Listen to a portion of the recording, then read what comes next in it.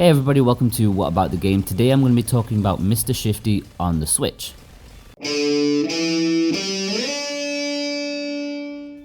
Mr. Shifty was first unveiled for the Nintendo Switch at an Indies presentation, before the console was even released. Along with many titles presented there, Mr. Shifty certainly caught my attention with its unashamed full-on action. Punching, explosions, more punching, punching bad guys out of windows. It seemed to have a lot of punching. The main gimmick of the titular Mr. Shifty, however, is his unique ability to teleport a few meters in front of himself, as well as through objects. Aside from the copious amounts of punching, teleporting or shifting is something that you'll be doing constantly, as it is essential for your survival against the hordes of henchmen. The story concerns Mr. Shifty and his wisecracking aide, Nix, as they attempt to steal mega plutonium from a high security building. What with Mr. Shifty's teleportation skills, he is the only man for the job. As predictable as the sun rising, not everything is as it seems, and Mr. Shifty's quick access to the target seems a little too easy. While the plot is overall irrelevant compared to the gameplay, it does try a little with plenty of twists and turns, as predictable as they may be. It's serviceable, but largely uninteresting. Gameplay is key, not the plot. Shifting through walls and hazards to either take out enemies or avoid them is definitely fun and exhilarating, especially regarding the risk versus reward aspect. Mr. Shifty is not an easy game by any means, it's one hit and down. And considering the majority of the enemies you face have guns and you only fists, you're really up against it. Their bullets travel fast, and the further you progress, the more powerful and competent they become. It's incredibly easy to be taken out, and be taken out you will. You will fail a lot. Due to its twitch-based nature, Mr. Shifty is easy to lose at and potentially be frustrating. While not always, it sometimes has a trial and error based progression. Early on you'll get through a level by dying just a few times, but later on you'll die about 20 times. It really begins to ramp up with a few difficulty spikes in the middle. Thankfully the developers have been quite generous in regards to checkpoints. You're never at any point far away from where you died, which is usually at the beginning of the many small areas that make up one stage.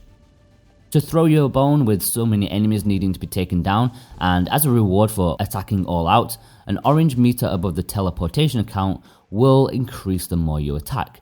When it's full, you can use a slow motion ability which auto-activates when bullets get near you. It's very useful and is regularly an absolute lifesaver. Naturally, even if the meter begins to build up, if you stop attacking for a while, it will rapidly start to decrease. As well as using your fist to smash goons to oblivion, there are essential weapons to pick up too. They are much more powerful and have a longer range and width. Whether they're swords, sticks, or even a coffee cup, you'll want to be picking them up. My personal favourite is the shield, which can be thrown Captain America style, taking down anything in its path. One interesting mechanic that crops up pretty early on and often is taking away Mr. Shifty's powers. Machines emanate a teleport-free zone that don't allow him to do his trademark technique. These are always highly tense moments, and while I often pray to destroy the machines as quick as possible, I have to admit the strategy and complete panic mix of being so utterly useless often made them the most fun parts of the game. A couple of things I found oddly absent were the lack of anything collectible and hidden rooms and secrets. Usually games of this type are littered with them. I'm not actually convinced that this is a negative, to be honest, because most of these things are just fat to pad out a game. Mr. Shifty is solely focused on the core game, which is actually fair, but it may give the game less of a need to be replayed. One thing to note is that the game has a few performance issues. While 90% of the game runs well and smooth, the last couple of stages really suffer from too much going on the screen. Looking at Mr. Shifty, you wouldn't think it would be too much trouble for the Switch, but when there are dead bodies strewn across a huge room with more and more enemies spawning, it sadly starts to chug. While of course it's off-putting, personally I just dealt with it, and in the end it didn't bother me so much. I don't think it hindered the gameplay, but hopefully Team Shifty will provide a patch to improve it in the near future. It's well worth noting for those who are less forgiving than myself. With the game claiming to be non-stop action, you have to worry about pacing. You can quickly become action fatigued if a game doesn't give you some respite or switch up the gameplay once in a while. I feel Mr. Shifty does suffer from this a little. There are no outright stealth sections, which considering it's about a heist is slightly atypical. And what there are of slow moments, they are few and far between. Mr. Shifty is full on action. HD Rumble, something which Nintendo really pushed during their Switch reveal, has been utilised in Mr. Shifty, one of the first titles to do so. However, in all honesty, I did not notice any difference whatsoever. So much so, I can't comment any further on it. The game boasts a cel-shaded art style, almost like a comic book. It's not the nicest looking game around, particularly with some generic looking environments and hazards that crop up time after time, but it does the job well enough. With the game's unrelenting action, you don't really have time to stop and notice the details. Items can sometimes be difficult to identify, and occasionally I erroneously mistook a living enemy for a dead one. Rooms can be so packed with things, it's easy not to notice something.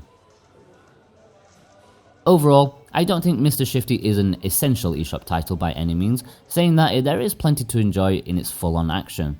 It's got a great gameplay concept that is definitely fun to use. Sadly, I don't think the game developed as time went on, as few new mechanics were introduced after the first handful of stages or so, which may stagnate the experience for some people. After personally playing through the 5-hour campaign in 3 gameplay sessions, I found it rather enjoyable in the end, despite occasional frustration.